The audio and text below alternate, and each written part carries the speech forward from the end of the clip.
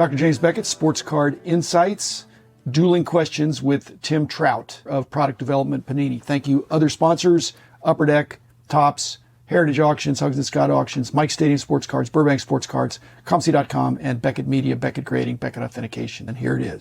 For your personal collection, what do you still collect? You're looking at it in the wall. Basically, when I'll buy an auction lot, or even when I'm going through the dollar boxes or anything I would pick up, I'm first thinking, is there something that would be interesting to go on the wall? Which means I've got to send it to BGS, get it graded, and put it up there. I've got 1,000 slots, Tim. So when I get a submission back from BGS, I'll intersperse and winnow out, but it's one per player. I had all the sets, and I've gotten rid of a lot of them. So I am really just a player collector now. Okay. I don't collect in the same way that other people do. I don't carry a want list. At this point, I'm voluntarily restricting myself to the dollar boxes, although I do some $5 boxes too. But it's just more fun for me. And I have more fun in the quantity with some quality than I do. Okay. Okay. My question, you work for Beckett and you work for Panini.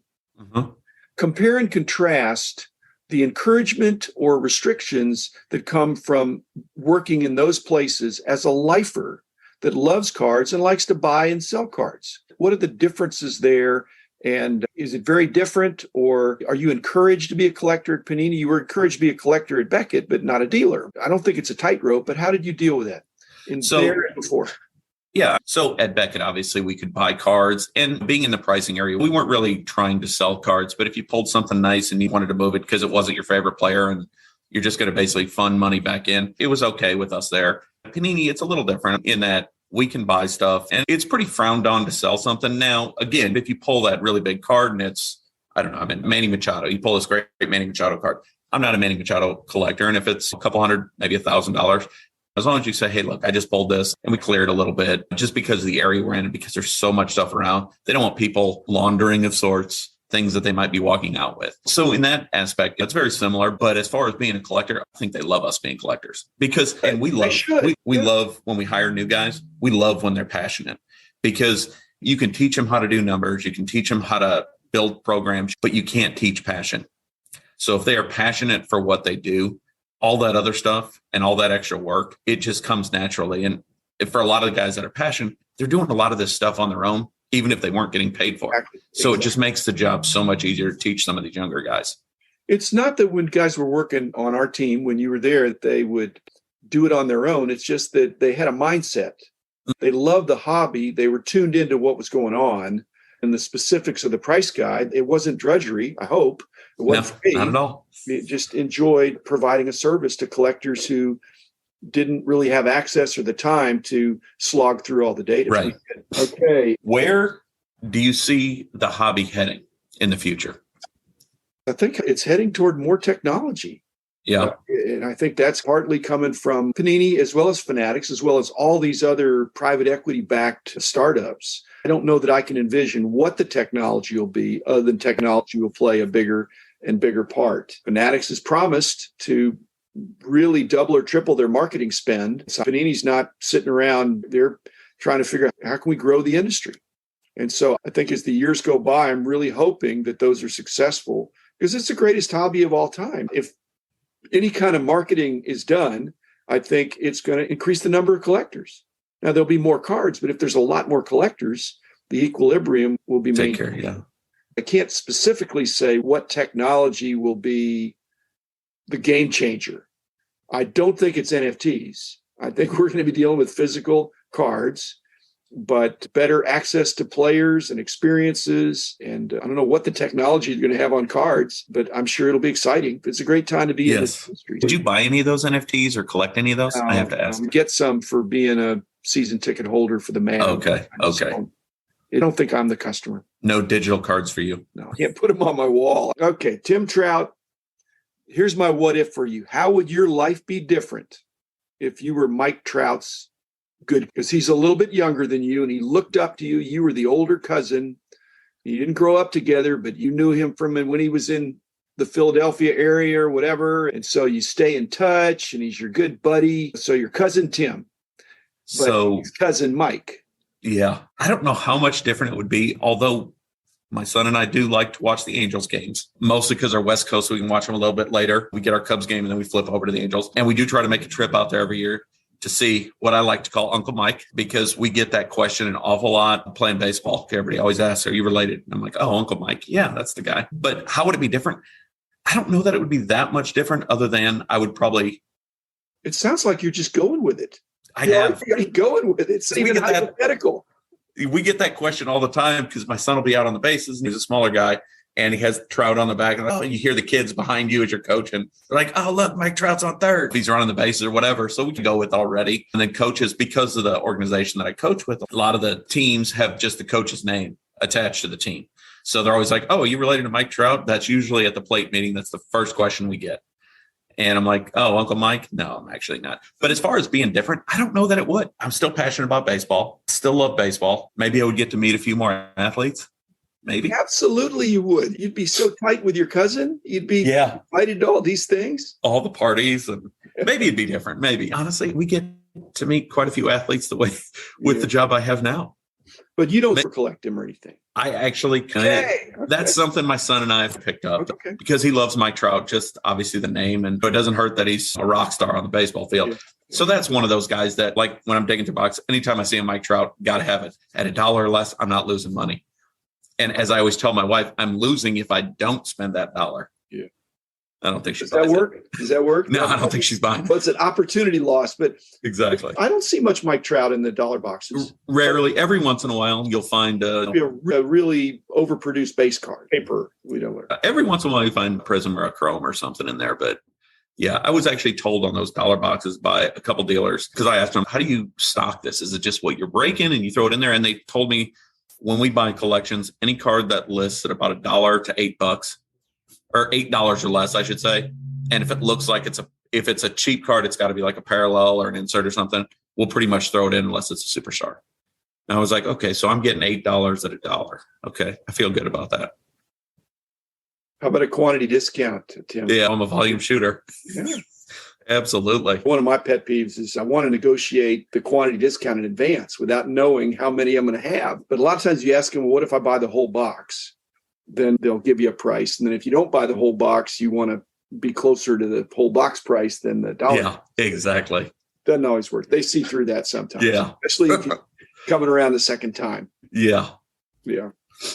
Okay. Is there a card that you've seen, whether you were walking the floor at the National or just at a younger age, that you saw and you wanted to buy and you didn't buy it? Is there a card you look back and think, dang it, I should have bought that, or I should have bought those boxes when I had the chance? And I'm kicking myself. The kicks, bruises have faded because all those kicks were in pre-79. Okay. I basically had a mindset shift when I started doing price guides. So my days of buying expensive cards that I would be pricing were pretty much over, other than type cards.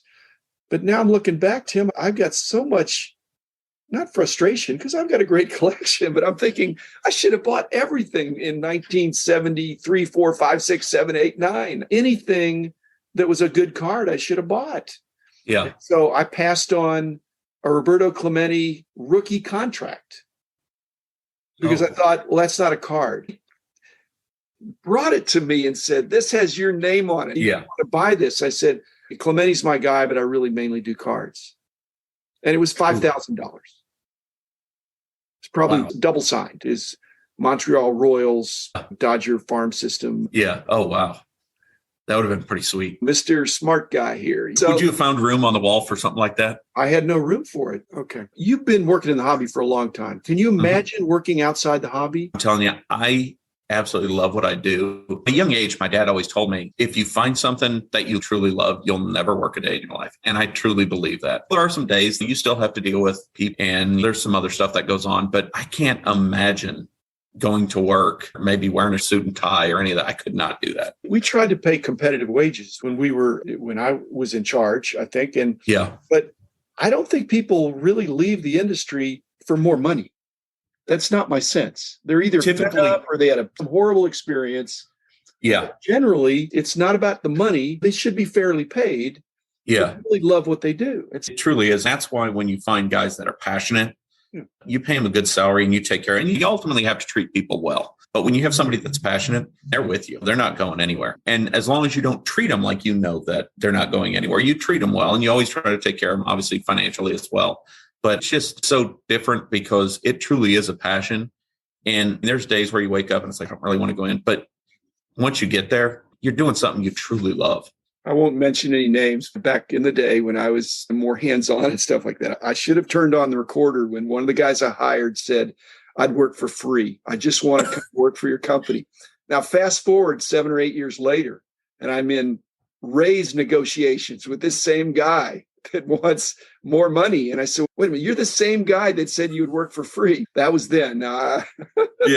It was funny. all amicable, but I'm just saying, once you're there, it is a job. You ought to be paid fairly.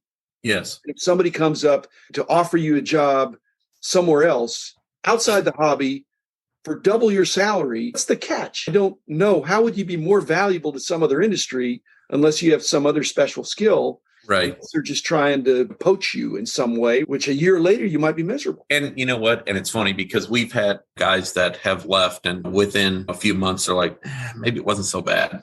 I had that experience too. I'm saying and again, we're probably similar in this regard. Why make it difficult for somebody to come back if they've made a mistake? Yeah, as long as leave on good terms. Exactly. And so leave on good terms, and there's always an open door. It's a real compliment. Yeah. Somebody wants to come back, and Tim, it's almost always about the people. You miss the people. Yeah, it definitely is. We talk about it all the time because David Porter is one of those guys, and everybody's like, you're going to be retiring soon, aren't you? And I don't think I'm ready to. I just really enjoy being around the people. I know he loves to go to Vegas. We always ask him, are you going to retire and go to Vegas? And I'd love to, but I truly just miss being around the people and being around you guys. And it was this way at Beckett as well as it is here. The guys we work with, it's like a locker room.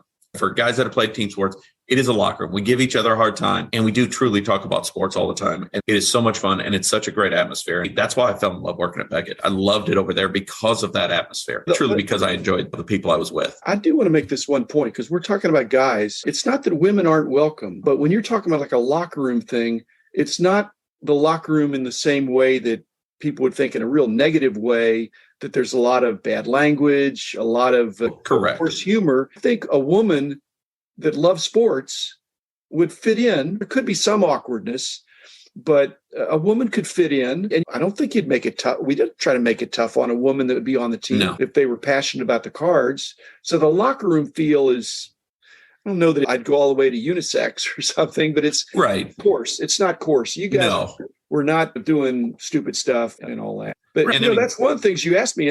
I think we're going to see more women in the hobby industry. I do too, because we've actually had a few interview. But it's mostly men on cards. And so women can like that aspect, I'm sure. But if you're a collector, you're my friend. You can be on my team or your team or whatever. Yeah. So I just think people think that there's like inside jokes about male-dominated industries. But the inside jokes are usually about the cards. It's the cards and some of the dudes. So a woman should not feel excluded on that. No. They could laugh alongside. No, I mean, the stuff we give people a hard time about over here is like we give Keith a hard time because he's a Jets fan. Yeah. Come on. You feel sorry for him. Yeah. It's mostly, but then being a Bears fan, at least we got the first pick. It's mostly just busting each other's chops because of their team or one of their players did something stupid. But yeah, it's just a different environment and everybody's welcome. But just know you're going to catch your fair share of grief. Any last thoughts, Tim? No, I thought this was great. Yeah, I'll see you at the dollar box. I don't hit the baseball as hard as you do. Okay. So football, I start with football, and then I'll go to baseball. Okay. After I've cherry picked it. Behind you. But here's the thing. When you're going through a dollar box, you don't know what used to be in there. As long as you don't show me what you picked out. The only guy that shows me what he picked out is Gabe Harrow and Rich Klein. Okay. Show me what they picked out. I said, dudes, do not show me. I don't want to see what's not in the box. I want to see what's in the box, and I want to buy it if I feel like it. I don't want to feel like somebody scooped me. Yeah. I don't want to realize, I should have got there a little earlier. I won't show you either. I won't show you either. Yeah. Tim Trout, thanks again. And thank you so much.